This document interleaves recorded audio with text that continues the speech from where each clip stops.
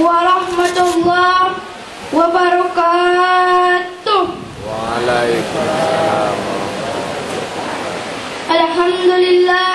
Alhamdulillahilladzi arsala rasulahu bil huda wa dinil haqq liyudhhirahu 'ala ad-dini kulli walau karihal musyrikun. Amma ba'du. Puji syukur, marilah kita panjatkan kehadirat Allah Subhanahu wa taala yang telah memberi kita satu nikmat yang tak ternilai meski dibanding emas seluas samudra, yaitu kemanisan iman. Yang insya Allah atas dasar inilah kita bertemu pada hari ini. Karena eratnya ukhuwah Islamiyah takkan muncul tanpa dibarengi keimanan. Salawat beriring salam tak henti-hentinya kita lafazkan untuk Nabi akhir zaman, yakni Nabi Muhammad sallallahu alaihi wasallam, pembawa rahmat ke seluruh alam yang menebarkan cahaya Islam dengan pengorbanan yang agung. Semoga dengan salawat ini beliau memberikan syafaatnya kepada kita semua di yaumil hisab nanti. Amin. Baiklah, pada kesempatan kali ini saya akan menyampaikan sebuah pidato yang berjudul Kurikulum Tersembunyi di Lembaga-Lembaga Pendidikan. Bapak-bapak, ibu-ibu, kaum muslimin yang saya hormati, tujuan pendidikan ditinjau dari sudut pandang Islam selaras dengan tujuan kehidupan manusia. Apa itu tujuan hidup manusia? Allah telah tetapkan dengan jelas dalam firman-Nya. A'udzu billahi minasy syaithanir rajim. Bismillahirrahmanirrahim. Wa ma khalaqatul jinna wal insa illa liya'budun. Tidaklah aku ciptakan jin dan manusia kecuali untuk menyembahku. Ma'asyiral muslimin rahimakumullah.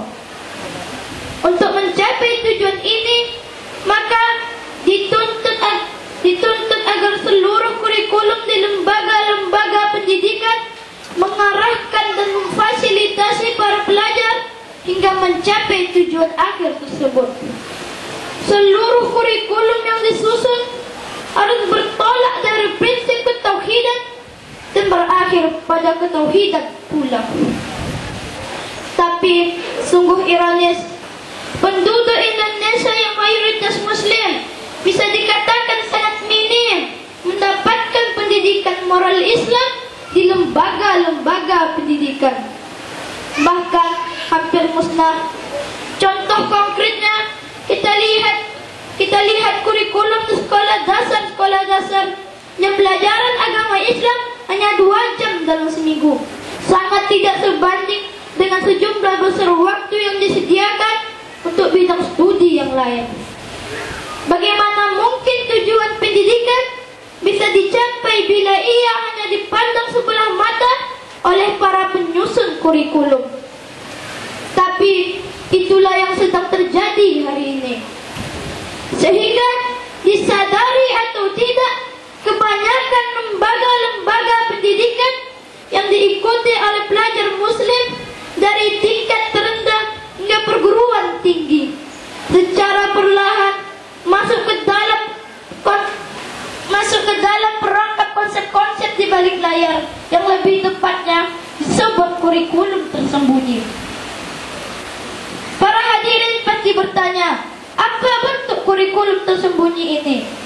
Kurikulum ini tidak pernah dipaparkan dalam layar-layar tentang pengembangan kurikulum, tapi ia lebih cepat realisasinya daripada kurikulum tertulis tersebut, yaitu ikhtilat, tabarruj, dan khulwat.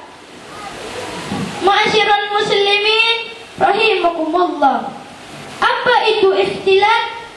Di mana para pelajar muslim beserta para pendidiknya terbiasa bergaul bebas tanpa peduli aturan Allah. kita lihat di sekolah dasar, kita lihat sejumlah besar perempuan, murid ataupun guru, terbiasa keluar masuk kampus dengan berpakaian yang tidak sesuai dengan syar'i, bersolek dan bergaya berlebihan. Yang lebih parah lagi, khalwat, pasangan-pasangan yang belum menikah berdua-duaan di tempat sepi di lingkungan kampus mereka. Pembudayaan alat seperti ini cepat atau lambat akan menyebar ke dalam dan luar kampus. Mereka akan menjadi pemberi kontribusi terbesar terhadap kerusakan moral umat. Inilah penyimpangan terbesar dalam dunia pendidikan hari ini. Sehingga kurikulum yang kosong dari ruh ketauhidan akan semakin menyeret generasi muslim kepada keterpurukan moral yang sangat dalam. Bapak-bapak, ibu-ibu, kaum muslimin yang saya hormati, walaupun hati kita miris melihat kondisi umat Islam ini, namun kita masih mempunyai harapan besar kepada segelintir lembaga pendidikan yang masih berpegang teguh kepada landasan pendidikan Islam tersebut, yang insya Allah akan menyelamatkan umat dari bahaya kurikulum tersembunyi tersebut. Dan juga para ulama yang menyebar di seluruh penjuru negara kita terbiasa sangat berperan untuk mengontrol standar kurikulum di seluruh lembaga pendidikan agar kembali kepada tujuan pendidikan yang sebenarnya. Itulah yang menjadi harapan kita semua, sehingga Indonesia menjadi negara yang diberkahi oleh Allah Subhanahu wa Ta'ala. Demikianlah pesan-pesan yang dapat saya sampaikan. Sebelum mengakhiri pidato ini, saya akan menyampaikan sebuah pantun. Lembaga pendidikan adalah lembaga mulia, mencetak generasi berilmu di tengah manusia. Namun, jika tidak berlandaskan aturan ilahiyah, segunung ilmu pun akan berakhir sia-sia. Akhirul kalam, mohon maaf atas ada kesalahan dalam penyampaian ini.